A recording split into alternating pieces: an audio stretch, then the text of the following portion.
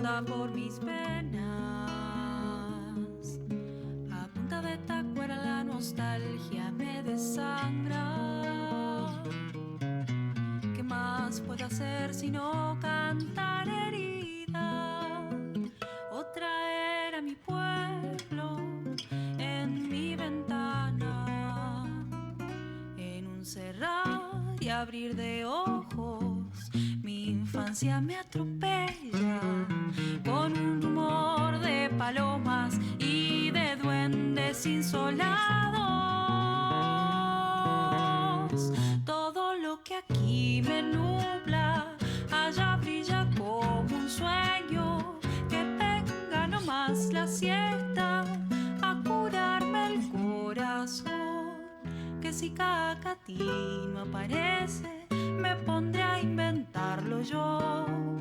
Que si Cacatí no aparece, me pondré a inventarlo yo.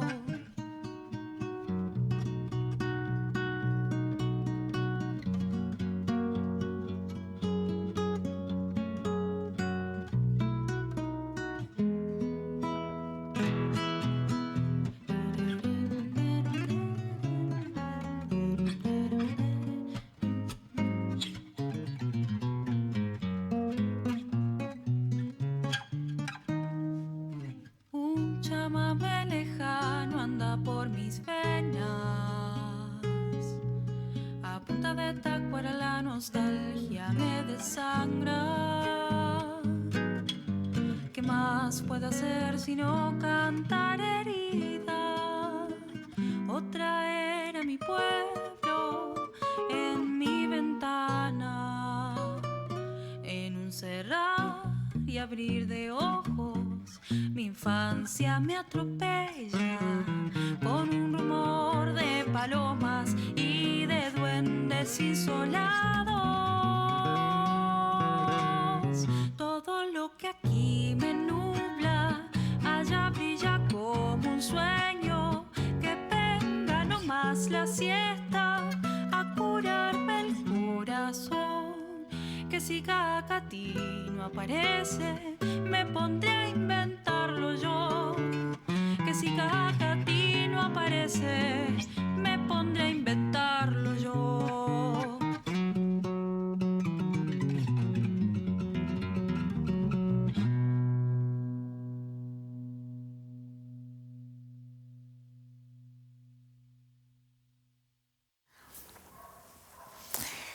Gracias, Lucía, qué hermosa esta interpretación de Amoité. Nos lleva hasta Cacatí, Nuestra Señora del Rosario de Cacatí. Qué hermosura. Gracias. Entibia el alma. Amoité. Bueno, en Contando Historia abordemos el tema de la historia.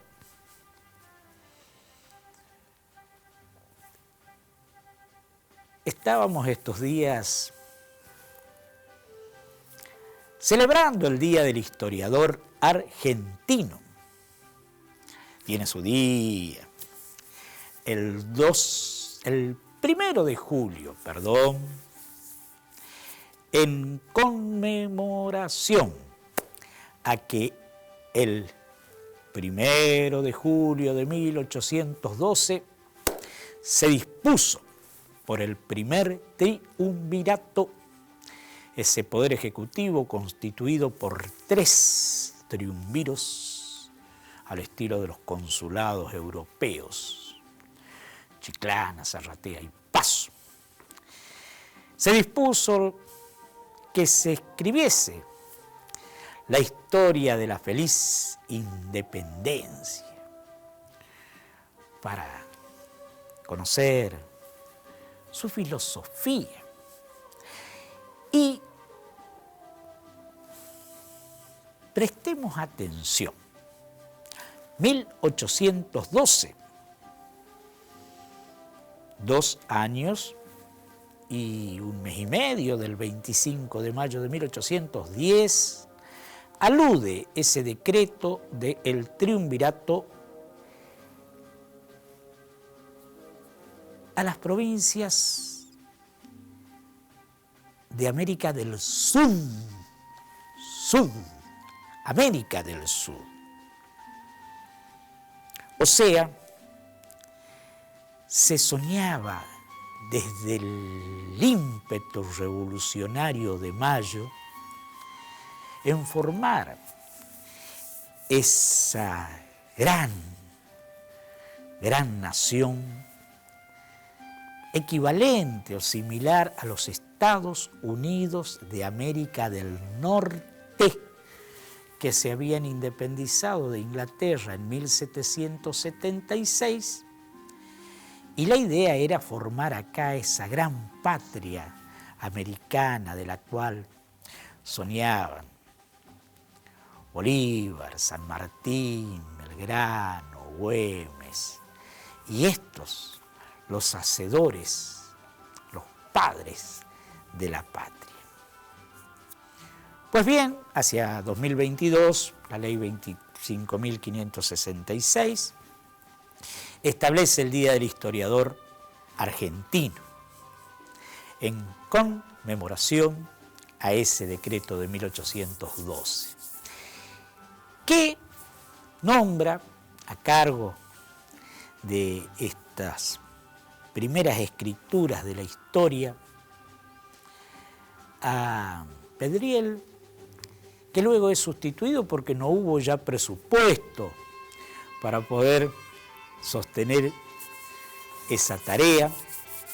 Entonces se hace cargo el deán, así conocido, era un cargo eclesiástico de Córdoba, Gregorio Funes, el deán Funes, con este apelativo del cargo y con este apellido se lo conoce en la historia argentina.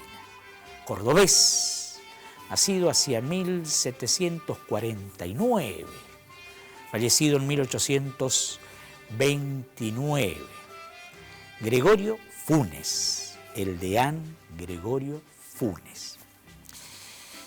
Viene a Buenos Aires electo diputado para formar parte de la Junta por Córdoba. Ya había tenido una activa participación, enrolándose desde el principio con la Revolución de Mayo. Había obtenido el título de doctor allí en la Universidad de Córdoba, lo que era el Colegio de Montserrat. Y también fue a España a validar y estudiar allí.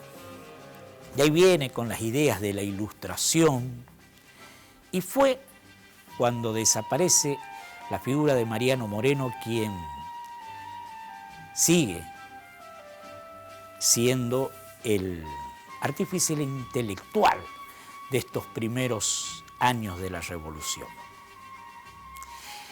El deán Gregorio Funes, cuando es atrapado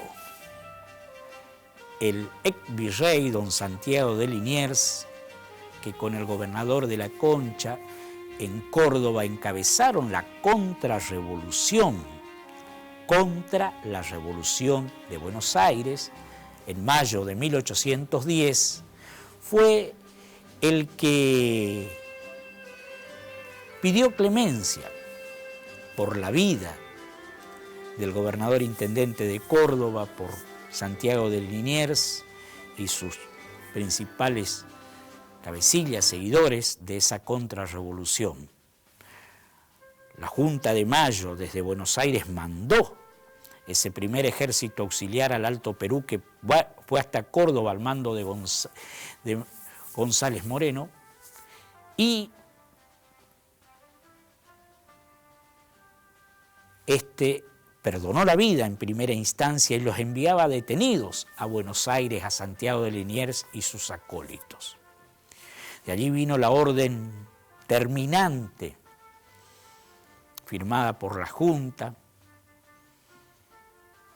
oficiada por Moreno, de que donde se los encontrase fuesen fusilados.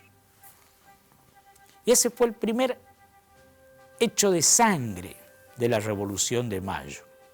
Hacia el 26 de agosto de 1810 son fusilados en el Montecito de los Papagayos, en lo que es Cabeza de Tigre, límite entre Córdoba y Santa Fe. No hace mucho, fueron encontrados los restos de Santiago de Liniers, el gobernador intendente de Córdoba, y los pocos cabecillas que fueron fusilados allí. Domingo French, el de las escarapelas, fue el encargado del tiro de gracia que siempre se cumple sobre el fusilado. El deán Gregorio Funes había pedido por su clemencia, por la vida de los mismos.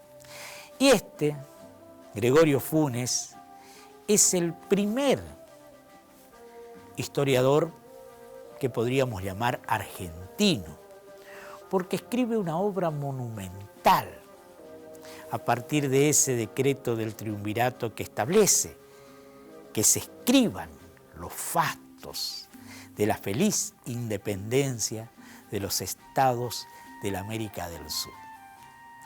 Y vamos a compartir con ustedes, porque en 3 tomos se editó esta obra que es monumental.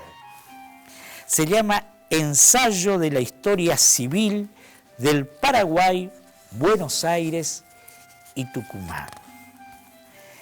Aquí vemos el retrato de Gregorio Funes.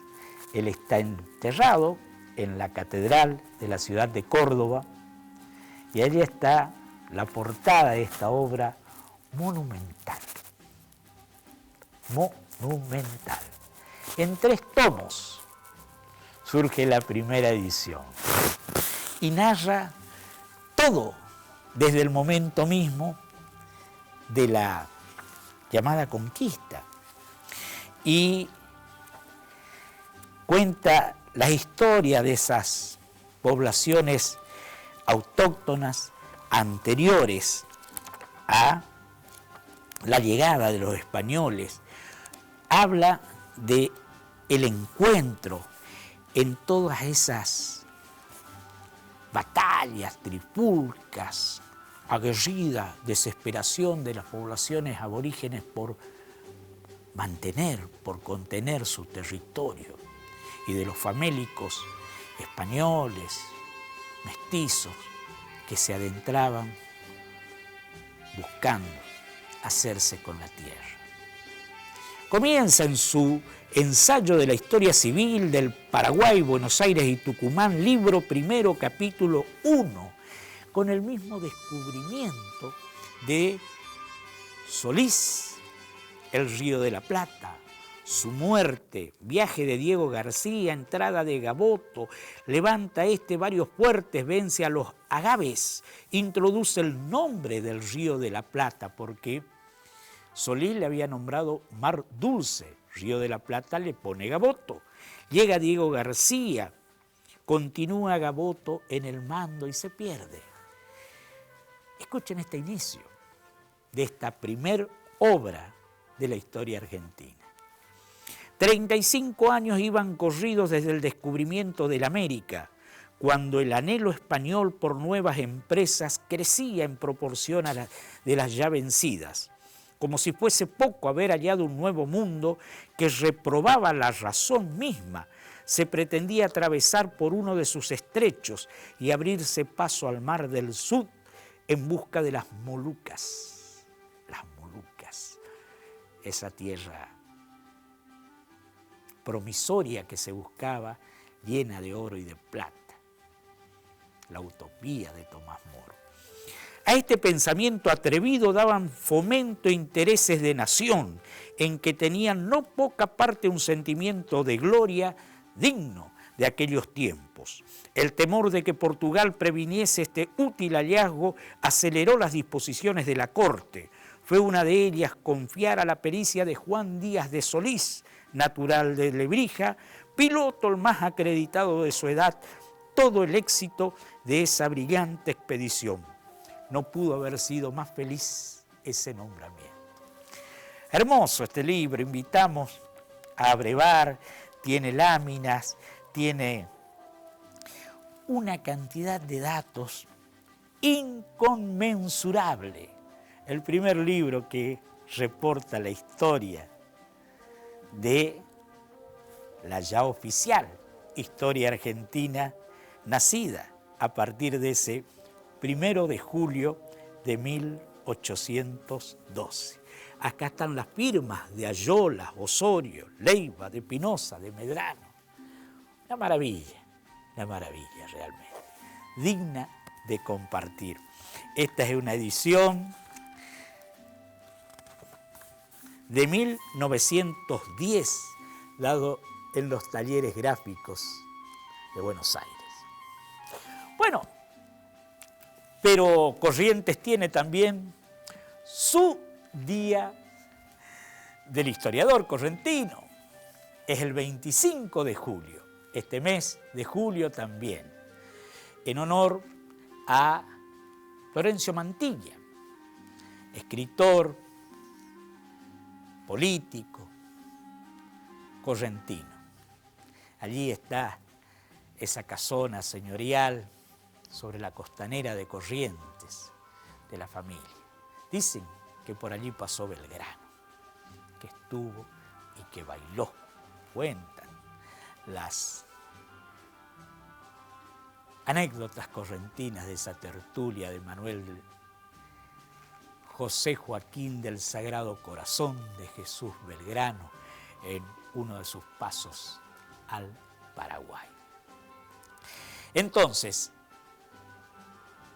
Corrientes tiene su propia fecha del historiador y aquí queríamos compartir con ustedes lo que a nuestra humilde consideración es lo más acabado que se escribió en torno a la fundación de Corrientes.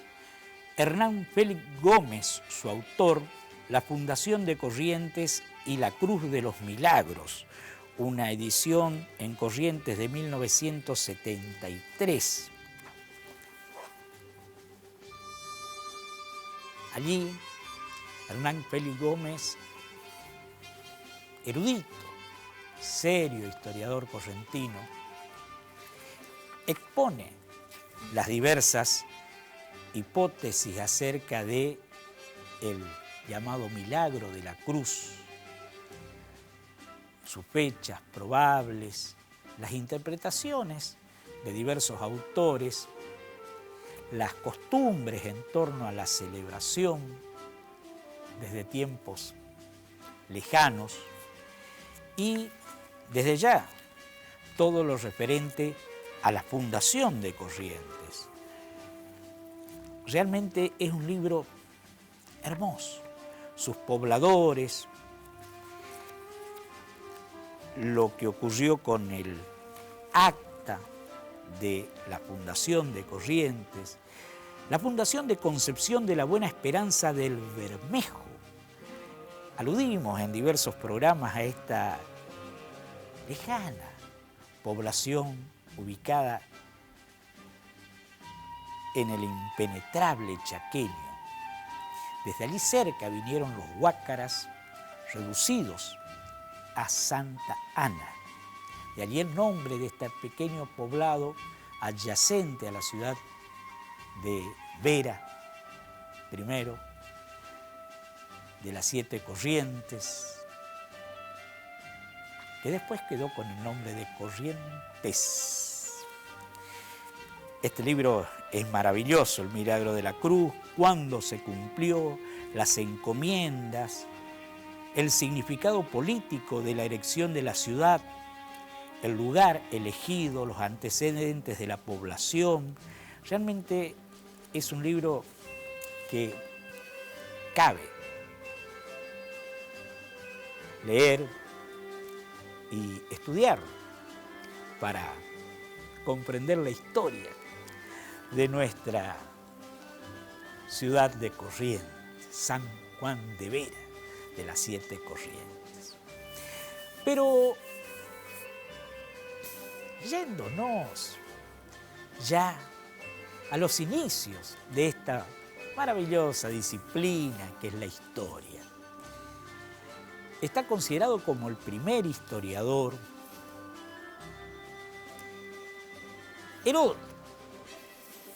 Heródoto, un griego que vivió allá hacia el siglo V antes de Cristo, de Halicarnaso, nacido en una colonia griega, allí cerca de lo que es Turquía europea actualmente. Después vivió en lo que se llamaba la Magna Grecia, ese territorio ubicado entre la península helénica y la itálica. Viajó mucho Heródoto y escribió 9 libros que estaban escritos en papiros que tenían entre 5 y 6 metros y que se enrollaban en un diámetro de 5 o 6 centímetros para poder portarlos manualmente. Allí Heródoto le puso el nombre de las 9 musas, aquellas deidades inspiradoras. Como dijo Homero, canta, oh musa, la cólera de Aquiles. Así comienza su libro. Y Heródoto dejó descrito las guerras médicas entre griegos y los asiáticos del momento. Y introduce su historia, o sea, su relato, su decisión de narrar hechos ocurridos, diciendo que su obra pretende despojar del olvido esos hechos ocurridos entre esos pueblos griegos y persas, tratando de aportar para evitar el olvido. Y de eso se trata la historia, muy criticado por haber incurrido en aportes orales, cuando la oralidad hoy y siempre y antes es una fuente inestimable de la historia. También se basó porque él fue intérprete del oráculo de Delfos. Veíamos recién la imagen del oráculo de Delfos, esa isla donde iban todos los políticos a interpretar o a buscar ese mensaje de el oráculo que con la emanación de esos gases que provenían del centro de la Tierra daban su augurio o su parecer, y había que interpretarlo. Y allí estuvo Heródoto. Viajó por todo el Mare Nostrum, después llamado por los romanos así, lo que es el Mediterráneo, hasta las columnas de Hércules. Allí, lo que es el Peñón de Gibraltar, la terminación en el poniente del Mediterráneo con la puerta que lo abre al Atlántico. Maravilloso, Heródoto, muy criticado y sin embargo, para poder abrevar en esa parte de la historia con el conocimiento de las costumbres de esos pueblos de ese entonces, jonios, persas, debemos recurrir a Heródoto, el padre de la historia. Más serio que él, conforme a los críticos, aunque decía Borges que no hay que leer a los críticos, hay que acudir a los autores. Lo sigue Tucídides, gran escritor también, que ya, por supuesto, posterior a Heródoto, cuenta con mayor información documental en los libros de ese entonces, que estaban en papiros, en pergaminos, en piedras, en estelas de piedra donde se inscribían los fastos, los hechos más importantes del momento, las genealogías de los reyes. Y allí Tucídides aporta su historia. Pero después viene un autor maravilloso, Plutarco, con sus vidas paralelas, a partir del cual conocemos esas historias maravillosas de 58 personajes históricos, entre ellos Cayo Julio César, Pompeyo, Alejandro Magno, puestos a nuestra disposición por Plutarco en su historia. Seguiremos con esto de historia, contando historia.